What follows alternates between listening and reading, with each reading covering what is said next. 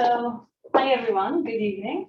My name is Haas and this is Sharon and Goldberg, and we are master students of the first behavioral economics program at IDC. And as you can hear, I will present in English as I just made Alia. And today we're going to share our experiences, like personal experiences of the practicum, and what it means to be part of a consultancy team as behavioral economics students. First of all, a little bit more about us. I have a bachelor's in accountancy, and during my studies, I developed an interest for the human factor within business. And so I wrote a thesis about decision-making of accountants, and that's how I rolled into behavioral economics. I did my bachelor's in law and government at IDC. I've been fascinated with behavioral economics for years, especially curious about the relations between rationality and emotion in decisions. We're both very excited to take part in studying behaviors and human behaviors and trying to make an impact in the world, understanding this. So our practicum was hosted by Dr. Adalya Consulting, the head of the data analysis department of Adalya Consultancy, and in cooperation with Context. Adalya Consultancy is an organization that operates in the private and public sector since 2002, and they specialize in projects that have a great public impact on the Israeli economy. And another great part of the team were the consultants of Context, and they are experts in service design. And so, as you can tell, we were a great team, interdisciplinary with different backgrounds, people from data analytics, even design thinking, and even anthropology. It was very interesting. And so we also want to thank Dr. Haas from IDC, and she coached us through the practicum and taught us about the importance of ethical conduct and the consultancy process in general. So our project was, we were asked by the client, the Ministry of Transportation, to help with the behavioral challenge of ferry evasion, meaning people using public transportation without paying fees. Ferry evasion is a worldwide phenomenon known for years, and it's been a major problem causing a loss of revenues of millions of dollars every year. What we found that ferry evasion happens more in buses that are crowded, in buses that have more than one door, in low economy neighborhoods, and in rush hours. A bit about the methodologies we used a few tools.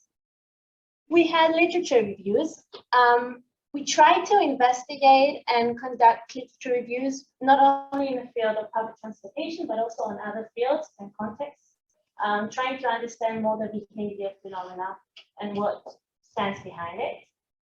In the quantitative research, we conducted 2 questionnaires, one of them on the internet, trying to find more about, one of them, the most important one, was on buses, trying to find about the environment and the experience of the commuters, and another one on the internet, more about the experience and motivations behind the phenomena. And the qualitative research, we got the data from the field, and that was basically the most appropriate tool having to conduct with people who use public transportation. So in the qualitative research, as part of it, we made observations on multiple bus lines in different times of the hour and different municipal areas. We included independent observations and interviews with both bus drivers and passengers, trying to really look into the behavior, what stands behind it, and how they perceive their experience as commuters. We had a few sessions of analysis with boards, trying to group similar findings and find, I'm a bit excited, trying to define focal points for further investigation. We also had a second stage of qualitative research, including initial analysis, in which we looked at factors that cause the phenomena and found points that were delving into a bit more. For example, we found that the introduction of open access, meaning going on a bus for more than one door, has influenced the rate of derivation. Perhaps the most important finding is we found that paying is the norm as perceived by commuters, meaning not paying for the bus can happen to both intentional and unintentional ferry raiders. But unintentional ferry raiders want to pay for the bus ride, but something in the paid route just doesn't work out and makes them not pay, making us believe that paying is the norm. Behavioral economic insights. So during the practicum, we understood that people have many different motivations to ferry raid based on their personality, attitudes, social norms, like she mentioned. And so there couldn't be one solution to decrease derivation. So the project is still going on, but the team is assessing different behavioral economic insights, and I will give some as example. First one is choice architecture. And during the field research, we observed the customer journey from the moment people enter the bus, the whole payment process, and then until they leave. And we got a lot of insights regarding psychological influences that are at different touch points within their route and in their journey. And so we will use that knowledge to allocate the interventions more effective. And the second one is default option of default bias here. And we are within the Israeli public transportation, there are many ways to pay, like payment methods. And so we realized that a lot of people either they forget to recharge the Rav-Cab or they enter the bus and they don't have any credits, like unintentionally, like she said. And so we're looking at different default options that could decrease the amount of effort that someone needs to do in order to pay. The last one is cognitive overload. So in all these solutions, we'll be focusing on very simple, clear messages that is understandable to everyone. The benefits from the practicum, as we already heard before, we also believe it's a very important part for students. The practicum is like kind of as a bridge between being a student and moving into the workplace.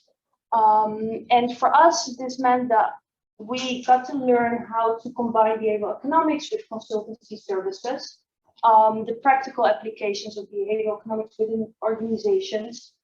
We learned how to prepare and execute a research plan, how to collect behavioral data, which is different than other types of data, and work with different tools to analyze the data.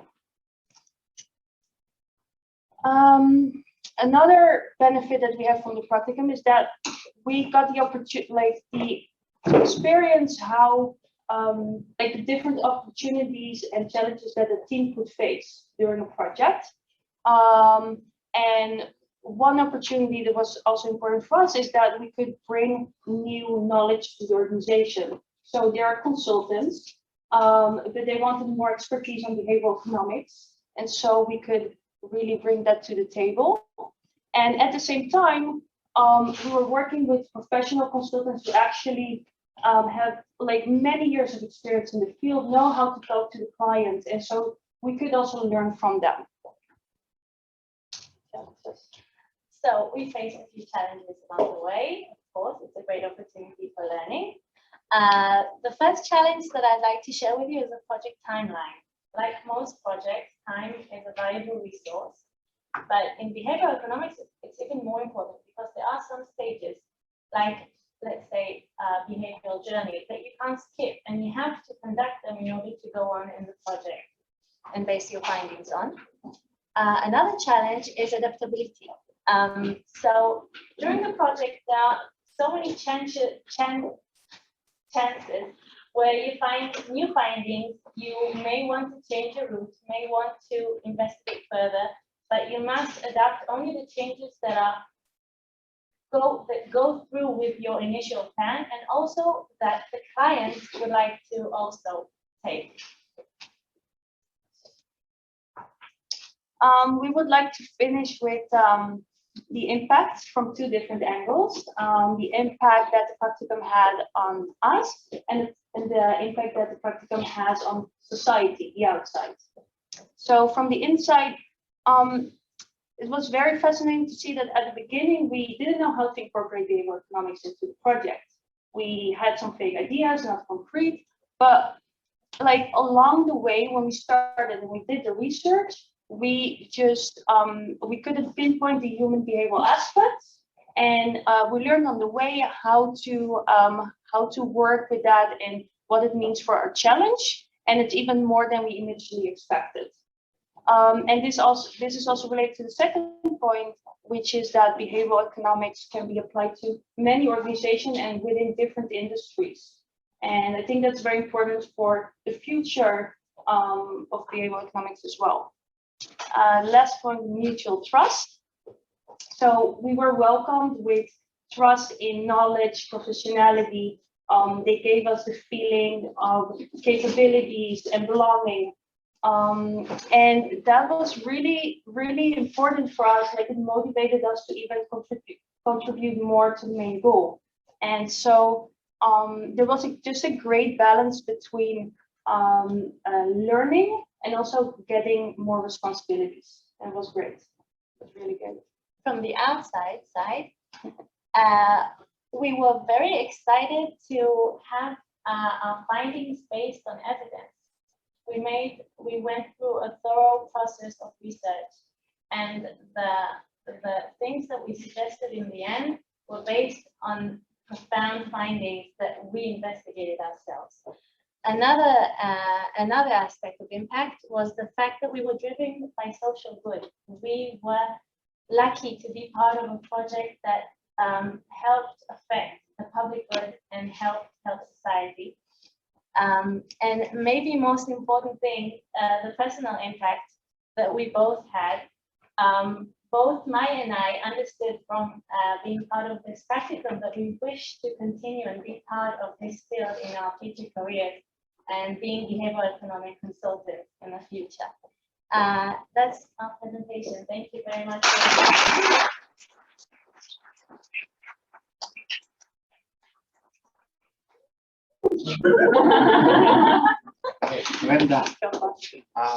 Any questions? Very short. We don't have time, maybe. Yeah. I was just wondering. You can ask them here also. Just אז אם מצאתם מחקרים בעבר שעשו לתופעה הזו, כי נשמע שכאילו זו תופעה שכבר קיימת לא מעט זמן בעולם. מצאנו מחקרים, חלק יותר מדעיים. מה שמעניין ואיך שהומחנו על ידי הצוות, זה למצוא גם מאמרים לאו דווקא מדעיים, רק כדי להבין את היקף התופעה, וגם מצאנו מחקרים לא רק בתחום של תחבורה ציבורית, אלא גם, נניח אני אתן דוגמה, יש את הסופר החדש של אמזון, וגם שם זה אותו רעיון של open access בעצם, שאין את מישהו שעומד בכניסה ובודק אותך. אז בגלל שלקחנו צעד אחורה והסתכלנו על זה ממבט מקרו של יותר ההתנהגות עצמה ופחות ה-surroundings, אז זה עזר לנו לקבל יותר תובנות במהלך המחקר הזה. כן. מה הדבר הכי מפתיע שראיתם כשצפיתם מאנשים כמו דיברנו? An interesting one. Yeah. That's a good one. I have something. פשוט באחד הראיונות עלינו על אוטובוס וראיינו נושאים שהסכימו להתראיין על לבן, ואחת פשוט פה דיברה ממש בפתיחות וממש סבבה ואמרת כזה, כן, גם עכשיו לא שילמתי, ממש נתתי לי על המכה. היינו כזה, אוקיי, כאילו תודה לכנות, הרשתי את זה, לא... מפתיע ומאוד כיף גם. There's a lot of interaction with customers and people that are actually like even fair waiting and using the bus, זה יותר כיף, זה פחות גם להיות רק like sit only in the office, do the research, read about it. It's also actually being in the field. And that was Did it great. surprise you in their openness? Yeah, definitely. Which is a great thing. לא היינו במדים או משהו. הצגנו את עצמנו והיינו הסכימו לענות, הם הסכימו.